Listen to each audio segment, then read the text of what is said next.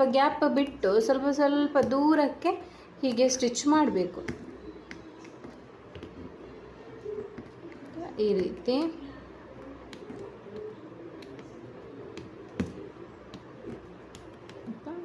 ಎಂಡಿಗೆ ಒಂದು ಕೊಡುವ.